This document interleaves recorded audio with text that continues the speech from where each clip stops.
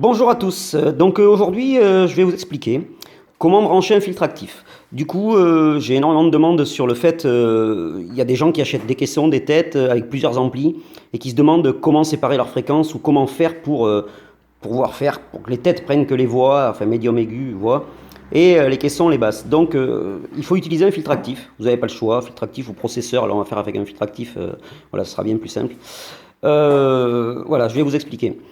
Donc on a un filtre actif tout simple, moi j'utilise ça avec réglage du gain d'entrée, réglage du gain des voix, réglage du gain des basses, et un crossover, un X-over qui vous permet de régler les fréquences.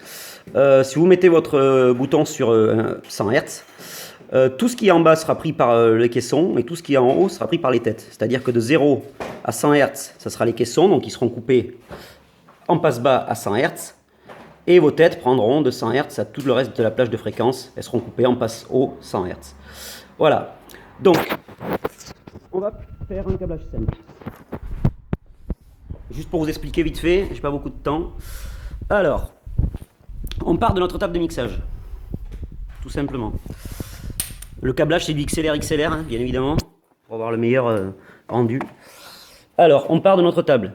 Difficile de faire une petite vidéo en même temps qu'on câble. Donc, nos deux XLR en sortie de table. Master, bien évidemment. On rentre dans notre filtre actif. Input. L'entrée du filtre. Droite et gauche. Bien évidemment, en respectant votre côté droit et votre côté gauche. Parce qu'autrement, vous allez avoir des soucis. Ensuite, sur votre filtre, vous avez les sorties height. Donc, sortie haute. C'est pour les têtes. Ou vos voix du moins, et sortie low pour vos caissons. Voilà, donc nous allons partir, on reprend deux câbles, nous allons partir de notre filtre.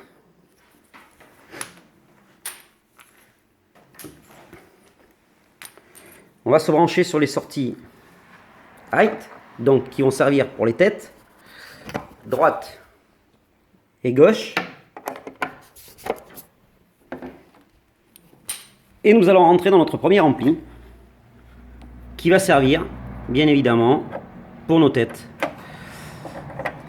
Voilà, et on procède de la même manière pour les tâches bas, pour les basses. Donc, on va sortir sur la partie low. Voilà. Et on rentre dans notre ampli dédié aux caissons de basse. Voilà, tout simplement. Donc maintenant, vous avez un système en deux voies qui vous permet d'avoir votre ampli ici pour vos têtes et votre ampli ici pour vos basses. Avec une coupure de fréquence, là par exemple à 100 Hz. Vos caissons prendront vraiment que les basses et vos têtes vraiment que les aigus. Si vous voulez plusieurs amplis sur les lignes, c'est-à-dire avoir par exemple deux amplis sur les voix, deux amplis sur les têtes, pas de souci. Vous repartez de votre ampli par exemple de vos voix, ici, ouais, si je mets à l'envers ça va pas le faire, de vos voix, et vous repartez à l'entrée de votre autre ampli, voilà, tout simplement, à l'entrée de votre autre ampli, tout simplement, et vous aurez ces deux amplis qui vous serviront pour les voix.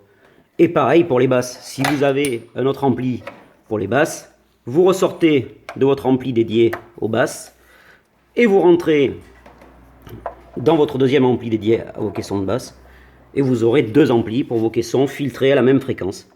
Voilà. Voilà, un câblage tout simple, mais qui demandait des explications et que beaucoup de monde... Voilà, donc c'est un câblage tout à fait très simple, hein. Mais voilà, quand on sait pas, on sait pas, donc voilà. Mais merci de m'avoir écouté et à bientôt, et je reste à votre disposition toujours pour vos questions. Merci, au revoir.